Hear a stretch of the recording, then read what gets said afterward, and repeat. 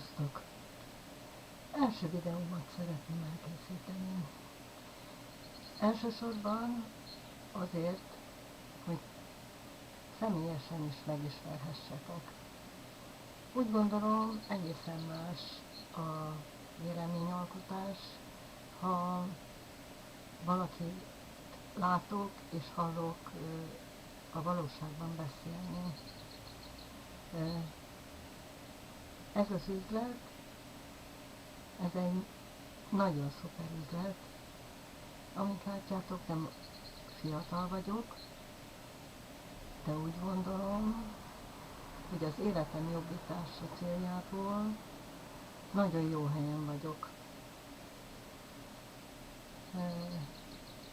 Kérlek benneteket, hogy ne csak a videót nézzétek meg, olvassátok el azt is, amit írok, mert nagyon sokat tanulhattok belőle, és változhat a véleményetek arról, hogy a döntésetek milyen legyen. Szervusztok!